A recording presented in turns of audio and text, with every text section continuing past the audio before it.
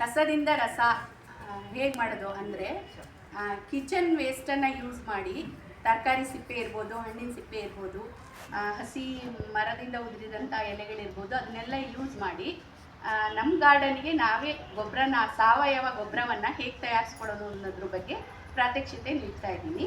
ಹೀಗೆ ಒಂದು ಕೆಳಗಡೆ ಇಡೋದಕ್ಕೆ ಒಂದು ಅಗ್ಲನೇ ಬುಟ್ಟಿ ಅಥವಾ ಈ ಥರ ಬಕೆಟ್ ಏನಾದರೂ ಆಗುತ್ತೆ, ಆ ಥರದ್ದೊಂದು ಇಡಬೇಕು.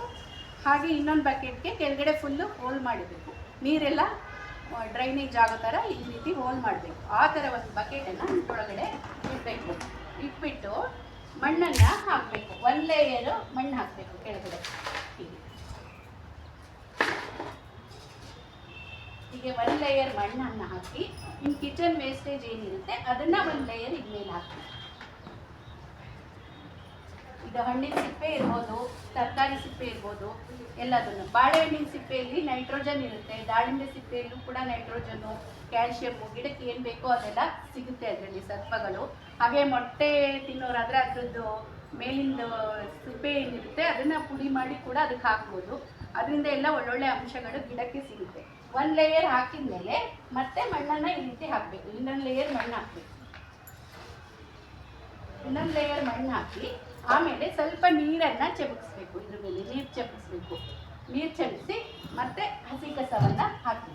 ಹೀಗೆ ಹಸಿ ಕಸ ಹಾಕಿ ನೋಡಿ, ಶೇಂಗಾ ಸಿಪ್ಪೆ ಇದೆ, ತೆಂಗಿನ ನಾರಿದೆ, ಎಲ್ಲ ಹಣ್ಣಿನ ಸಿಪ್ಪೆ ಇದೆ, ಎಲ್ಲ ಇದರಿಂದ ಎಲ್ಲ ಕೂಡ ಎಲ್ಲ ಗಿಡಗಳಿಗೆ ಪೋಷಕಾಂಶಗಳು ಸಿಗುತ್ತೆ. ಆಮೇಲೆ ಮತ್ತೆ ಒಂದು ಲೇಯರ್ ಮಣ್ಣನ್ನು ಹಾಕಬೇಕು. ಒಂದು ಲೇಯರ್ ಮಣ್ಣು ಹಾಕಿ ಮತ್ತೆ ಹೀಗೆ ಬಿಡಬೇಕು. ದಿನ ನಿಮ್ಮ ಕಿಚನಲ್ಲಿ ಏನು ವೇಸ್ಟೇಜ್ ಸಿಗುತ್ತೋ ಅದನ್ನು ಹೀಗೆ ಒಂದು ಲೇಯರ್ ಮಣ್ಣು, ಒಂದು ಲೇಯರ್ ಇದ್ದು ಹಾಕಿ ಕೊನೆಗೆ ನೀರನ್ನು ಹಾಕ್ತಾ ಹೋಗಬೇಕು.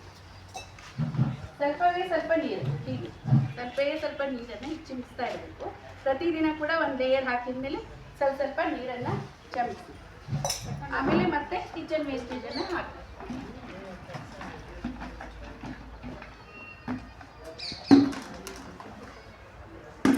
ಮತ್ತೆ ಇದ್ರ ಮೇಲೆ ಒಂದು ಲೇಯರ್ ಮಣ್ಣನ್ನು ಹಾಕಿ.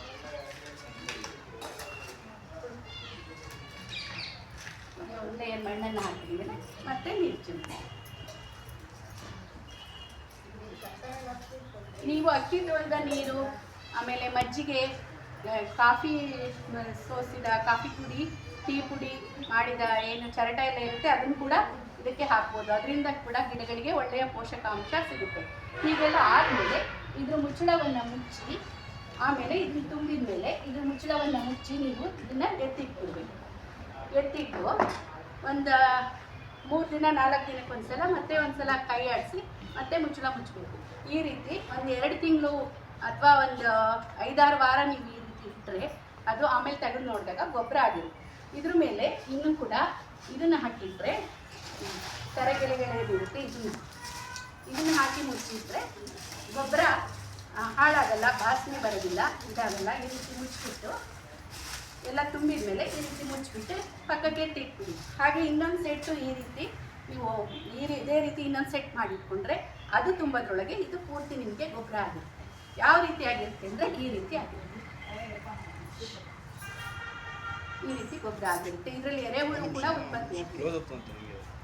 ಈ ಗೊಬ್ಬರವನ್ನು ನಿಮ್ಮ ಗಿಡಗಳಿಗೆ ಹಾಕೋದ್ರಿಂದ ನಿಮ್ಮ ಗಿಡಗಳು, ತರಕಾರಿ ಬೆಳೆಗಳು ನಿಮ್ಮ ಕಿಚನ್ ವೇಸ್ಟೇಜಿಂದ ತುಂಬ ಚೆನ್ನಾಗಿ ಬೆಳೆಯುತ್ತೆ. ನೀವು NPK ಅಂತ ಏನು ಮಾರ್ಕೆಟಿಂದ ತಂದು ಹಾಕ್ತೀರಾ ಆ ಅಂಶಗಳಿಗಿಂತ ಚೆನ್ನಾಗಿರೋ ಒಳ್ಳೆಯ ಸಾವಯವ ಗೊಬ್ಬರ ಇಲ್ಲಿಂದ ಸಿಗುತ್ತೆ.